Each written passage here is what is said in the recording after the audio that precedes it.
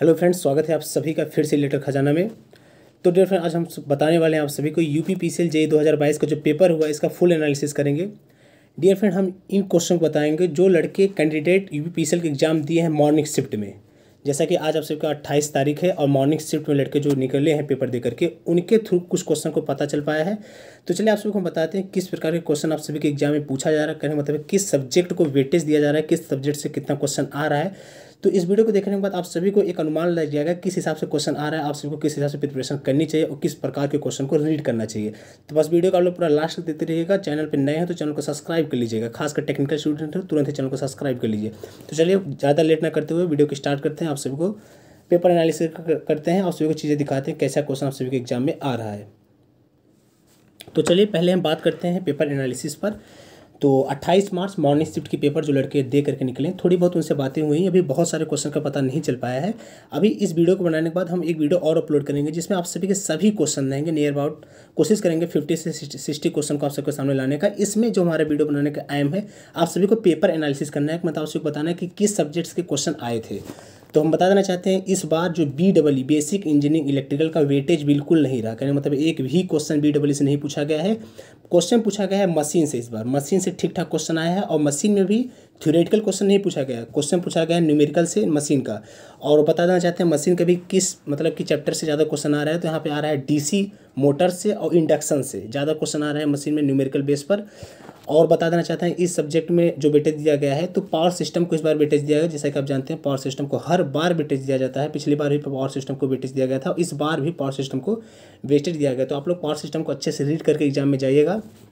और बता देना चाहता हूँ इलेक्ट्रॉनिक का बहुत खास वेटेज नहीं रहा है। इलेक्ट्रॉनिक में अगर देखा जाए तो कुछ क्वेश्चन पावर सिस्टम से आए थे, आप सभी के कुछ क्वेश्चन पावर सिस्टम से आए थे। ज़्यादातर जो क्वेश्चन थे इलेक्ट्रॉनिक में वो EDC थे, या फिर ये भी कर सकते हैं लड़के जो एग्जाम देकर निकले थे वो यहाँ तक ये भी नहीं क्लियर है कि एग्जैक्ट पावर मतलब इलेक्ट्रॉनिक में किस सब्जेक्ट से क्वेश्चन पूछा गया है। वो कंफर्म ही नहीं हो पा रहे हैं कि पावर इलेक्ट्रॉनिक्स से क्वेश्चन आया है कि डिजिटल इलेक्ट्रॉनिक्स आया है फिर एनालॉग इलेक्ट्रॉनिक्स आया है।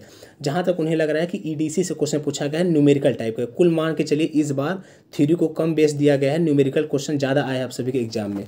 और बता देना चाहते हैं PLC SCADA MATLAB, जैसा कि अनुमान लगाया जा रहा था कि इस बार हो सकता है मे भी PLC SCADA MATLAB नहीं आएगा, लेकिन फिर आप सभी का अनुमान गलत हुआ और PLC SCADA MATLAB का क्वेश्चन पुनः आया है आप सभी के एग्जाम में और अच्छा खासा क्वेश्चन आया। मान के चलिए 20 से 25 क्वेश्चन इस बार भी PLC SCADA से आ चुका है इस बार आप सभी के एग्जाम में। तो PLC SCADA MATLAB के ऑब्जेक्टिव टाइप के क्वेश्चन आप लोग रीड करके जाइएगा। हमारे चैनल में PLC SCADA MATLAB के क्वेश्चन ऑब्जेक्टिव टाइप के क्वेश्चन पड़े हुए हैं, तो प्लेलिस्ट में जाइएगा, वहाँ पर आप PLC SCADA MATLAB के ऑब्जेक्टिव टाइप क्वेश्चन पाएंगे। उन सभी वीडियो को देख लीजिएगा एक बार।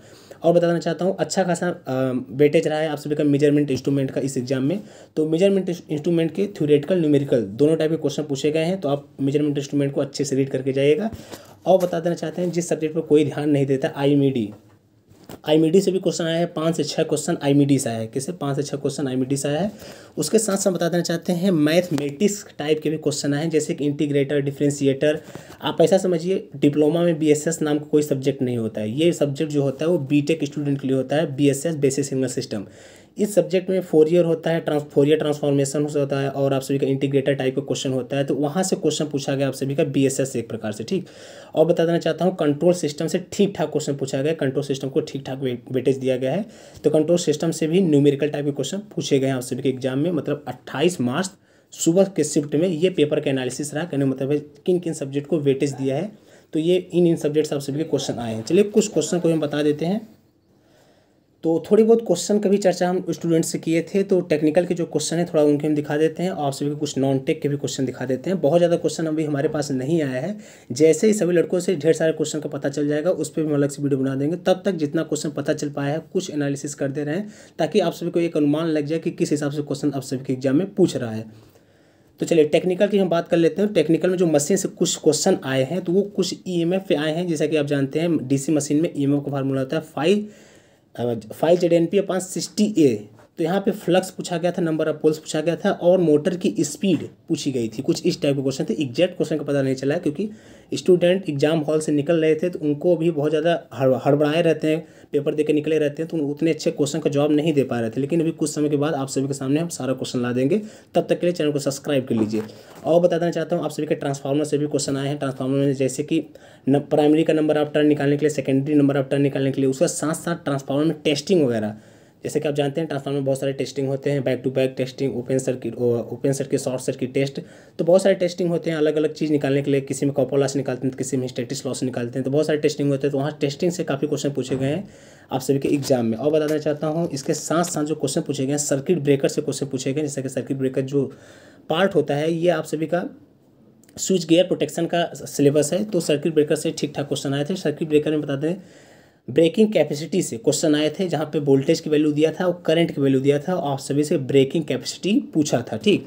और इसके साथ साथ आप सभी क्वेश्चन आए थे इंडक्शन मोटर में। इंडक्शन मोटर में भी एयर गैप को लेकर के ढेर सारे क्वेश्चन बने थे। और बता देना चाहता हूँ चॉर्टिंग फैक्टर का कुछ क्वेश्चन पूछा था, केपी से रिलेटेड चॉर्टिंग फैक्टर का न्यूमेरिकल टाइप के क्वेश्चन आए थे आप सभी के एग्जाम में। और हाँ, ये बता देना चाहता हूँ पावर सिस्टम का बहुत ही अच्छा खासा वेटेज था। देखिए ये पेपर कुछ ऐसा हुआ है कि वन लाइनर टाइप के क्वेश्चन बिल्कुल नहीं आए हैं। इसी वजह से स्टूडेंट जिनसे भी हमारी बात हुई वो स्टूडेंट एग्जैक्ट क्वेश्चन आंसर कुछ नहीं बता पाए। वो बस इतना ही बता पा रहे थे कि किन किन सब्जेक्ट का वेटेज ज़्यादा है। वो ये बता रहे थे कि जो आप सभी का क्वेश्चन आया बहुत टिपिकल टाइप का है, कहने मतलब कोई क्वेश्चन सीधा सीधा पूछ ही नहीं रहा है, बहुत घुमा फिरा के पूछ रहा है। इस वजह से उनको एग्जैक्ट क्वेश्चन भी नहीं बता पा रहे थे। तो आप सभी का पावर सिस्टम से बहुत सारा क्वेश्चन आया हुआ है, लेकिन एग्जैक्ट क्वेश्चन कोई क्वेश्चन खास भी पता नहीं चल पाया है। जैसे ही क्वेश्चन पता चलेगा उन पर वीडियो बनाएंगे। तो हम बताना चाहते हैं कि पावर सिस्टम से बहुत ज़्यादा अच्छा क्वेश्चन आया, तो पावर सिस्टम को आप लोग तैयार कर लीजिएगा। पावर सिस्टम में सैक से कुछ क्वेश्चन पूछा था, तो सैक को यहाँ पर हमने लिख दिया है। तो चलिए उम्मीद करते हैं टेक्निकल का आइडिया आप सभी को मिल चुका होगा कि टेक्निकल से किस प्रकार से क्वेश्चन पूछा जा रहा है। चलिए अब हम बात कर लेते हैं नॉन टेक के क्वेश्चन। नॉन टेक में भी हिंदी और रीजनिंग, मतलब रीजनिंग तो खैर ठीक है, रीजनिंग तो सबको आती रहती है, तो रीजनिंग तो सब कर लोगे। हिंदी और करंट अफेयर्स का क्या हाल रहा है आप सभी के एग्जाम में, तो हिंदी में बता देना चाहता हूँ विलोम शब्द से क्वेश्चन पूछे गए हैं। उसके साथ साथ लोकोक्तियों से क्वेश्चन पूछे गए हैं। उसके साथ साथ बता दूँ तो वचन और कारक से क्वेश्चन पूछे गए हैं। उसके साथ साथ पर्यायवाची से क्वेश्चन पूछे गए हैं। तो इन 4 टॉपिक से अच्छी खासी क्वेश्चन आए हुए आप सभी के। बाकी और भी क्वेश्चन आए थे, लेकिन इन 4 टॉपिक से ज़्यादा क्वेश्चन पूछे गए, इनको ज़्यादा वेटेज दिया गया है 28 तारीख सुबह के पेपर में, ठीक। चलिए और बात कर लेते हैं करंट अफेयर की। तो बहुत सारे लड़के परेशान रहते हैं कि करंट अफेयर 2022 का पूछा जाएगा, 2020 का पूछा जाएगा, 2021 का पूछा जाएगा। तो आप सभी का डाउट क्लियर कर दें हम। जो करंट अफेयर पूछा गया 2020 और 21 दोनों का करंट अफेयर पूछा गया है। यहाँ पर अगर ज़्यादा मेजॉरिटी की बात करें तो 2022 का करंट अफेयर ज़्यादा पूछा गया है 2020 के कंपैरिजन में। तो आप लोग करंट अफेयर का वीडियो देख लीजिएगा, बहुत अच्छे अच्छे वीडियो पड़े रहते हैं आप सभी के यूट्यूब पर। 2020 और 2021 का मैराथन क्लासेस कोई हो तो उसको अच्छा खासा रीड कर लीजिए। आप सभी के एग्जाम में फंसने वाले हैं 2020 से 2021 से करंट अफेयर। तो ठीक है डिफरेंट, उम्मीद करते हैं ये पेपर एनालिसिस आप सभी को अच्छा लगा हो। ये वीडियो को अपने सभी फ्रेंड्स के पास शेयर कीजिएगा। जो स्टूडेंट का पेपर 29 तारीख को है, 29 मार्च को है, 30 मार्च को है, ठीक है। और जो पेपर देकर भी आए तो वो भी देख सकते हैं, क्योंकि उनसे बातें आप कर सकते हैं। और आप सभी को बस एग्जैक्ट यही बात बताएं, क्योंकि हम उन्हीं कैंडिडेट से बात किए हैं जो कैंडिडेट पेपर को देकर के निकले हैं। तो ठीक है डिफरेंट, अभी के लिए बस इतना ही। बाकी पेपर एनालिसिस कर दिए, बाकी कुछ समय के बाद आप सभी के सामने सारे क्वेश्चन का जवाब भी आ जाएगा। तो तब तक के लिए चैनल को सब्सक्राइब कर लीजिए, वीडियो को शेयर कर लीजिए। तो ठीक है, आज के लिए बस इतना ही। Thanks for watching this video, see you soon next time.